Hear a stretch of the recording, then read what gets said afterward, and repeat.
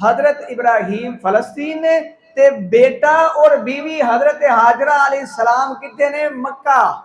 जिथे अज बैतुल्ला बने उथे ने। कोई जात नहीं, कोई बंदा नहीं, कोई दरखत नहीं, कोई परिंदे चेंद नहीं।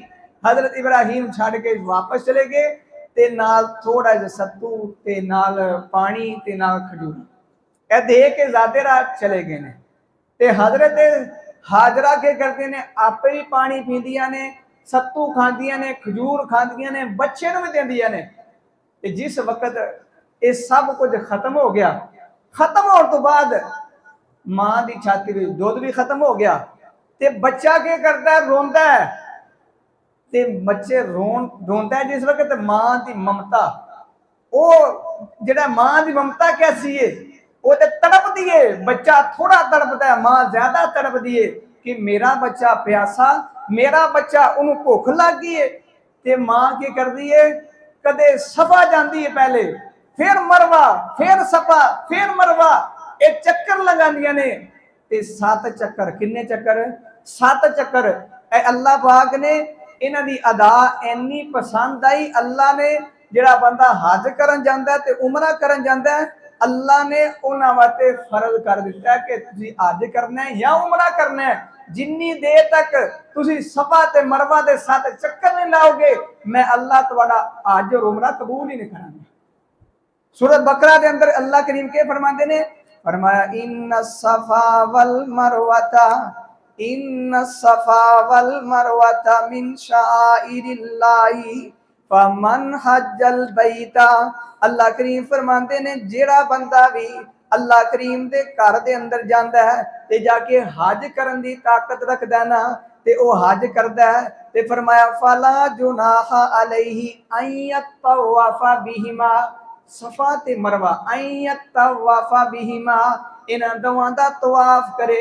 यानी अल्लाह करीम नू इन्हां दे अदा इन्नी पसंद आई, अल्लाह ने उमरे ते हज दा रुकन बना दिता वे।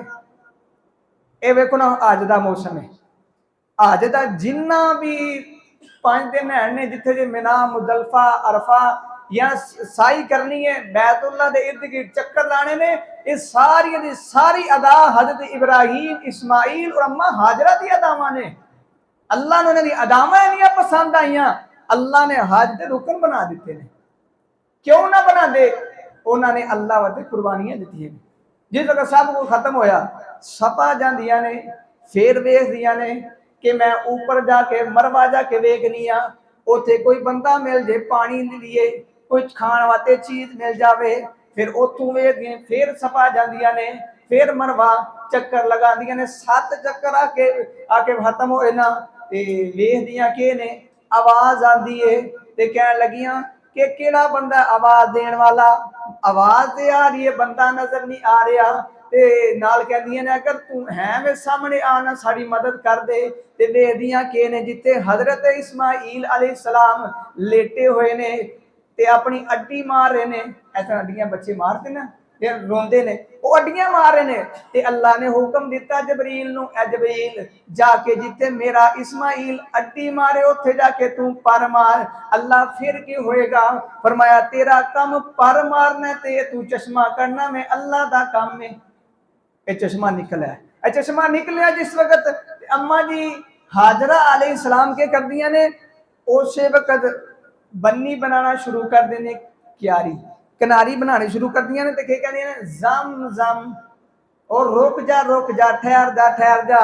ते नबी अलैहिस्सलाम दी हदीस भी आप फरमाते हैं, अल्लाह पाक उम्मे इस्माइल ते रहम फरमाए, अगर वो बन्नी ना बना दिया, ए लफज ना बोल दिया जम जम, रुक जा, ते आप फरमाते ने पूरी दुनिया ते पानी फैल जाना सी।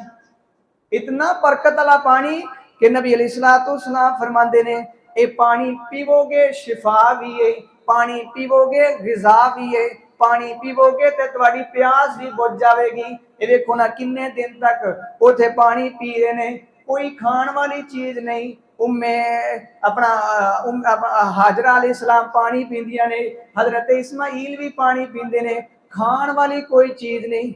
ये पानी गिजा ते भी इस्तेमाल हो रहा है, ते पानी प्यास वत भी इस्तेमाल हो रहा है। ये पानी पींदे जा रहे ने, कि अल्लाह किसी चीज जरूरत नहीं इन्हों। और नबी अलैहिस्सलाम दी एक और हदीस सुन लो, आप अलैहिस्सलाम फरमाया जेड़ा बंदा जमजम दा पानी पींदा है ते जिस नीयत नाल पीवेगा अल्लाह ओदी ओ नीयत ओ मुराद अल्लाह पूरी कर देगा। कोई बीमार है तो शिफा दी तंगत पींदा है, अल्लाह उन्हें शिफा दे देगा। अगर कोई बंदा, और मैं पढ़ रहा सी कि मुहद्दिसीन जेडे सी ना फुकाहा पानी पींदे सी ते उन्हां दी नीयत हुंदी सी अल्लाह साडे इल्म विच इजाफा फरमा, अल्लाह साडी फकाहत दे अंदर इजाफा फरमा, अल्लाह सानू दीन दी ज्यादा तो ज्यादा समझ अता फरमा दे। देखो मैं हदीस लाई कि जेड़ा बंदा जिस मकसद वास्ते पीवेगा अल्लाह पूरा कर देगा। असी दुनियादार केवां असी पीवांगे ऐसी आखांगे साडा फलां काम हो जाए, फलां काम हो जाए, दुनिया मंगने आ। लेकिन फुकाहा जेडे ने ओ के मंगदे सी अल्लाह सानू साडी फकाहत विच सानू ज्यादा कर दे, अल्लाह दीन दी समझ सानू ज्यादा अता कर दे, अल्लाह सानू कुरान दी समझ ज्यादा अता कर दे। ये पानी निकलिया ते पींदियां जा रही ने, बेटा भी पी रहा है ते दो हस्तियां ने, दो ने, एक के मां है ते एक बेटा है, तीसरी जात कोई बंदा नहीं। ते वक्त गुजरता जा रहा है ते एक दफा ना बनो जरहम वो जा रहे ने गुजरते ते उन्हें के वेख्या, उन्हें वेख्या फलां जगह ते परिंदे ने ना वो घूम रहे हैं।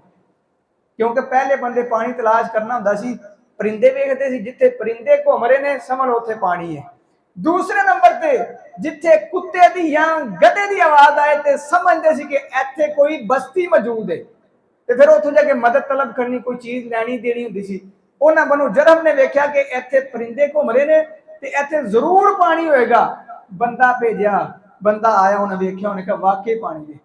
आगे आने तो बाद कहने लगे कि असी बनो जरहम कबीले दे रहन वाले हां ते सानू इत्थे रहन वास्ते इजाजत चाहिए। क्या चाहिए? इजाजत। एक औरत ते एक छोटा जिहा बच्चा है, लेकिन देखो ना जिहदे अंदर गैरत होवे वो किसी ते हमला नहीं करता। देखो ना वो ज्यादा भी ताकत भी है। साडे जिहा बंदा होवे इत्थे अजकल दा वो आखे इहनूं छड्डो, ये बीबी इहने क्या करना है, छोटा जिहा बच्चा इहने क्या करना है, कब्जा असी करने आ, कब्जा असी करने आ। उन्हें कब्जा किया नहीं किया बल्कि इजाजत मंगी ते हजरत हाजरा कहदियां ने मैं इजाजत देनी है लेकिन कब्जा मेरा रहेगा, कब्जा मैं रखांगी, तुसी पानी जिन्ना मर्जी पी लवो। ते वो कहना चलो ठीक है। अम्मा जी हाजरा भी चाहदियां सी कि मैं कली हाँ, छोटा जिहा बच्चा है, चलो ये भी इत्थे रवणगे, एक दिल लग्या रहेगा। ते अम्मा जी हाजरा फरमाए पानी जिन्ना मर्जी पियो, कब्जा मेरा रहेगा। उन्हें कहा ठीक है, पानी पींदे ने वो भी ते नाले हजरत हाजरा अलैहिस्सलाम भी ये भी पानी पींदियां ने। ते याद रखो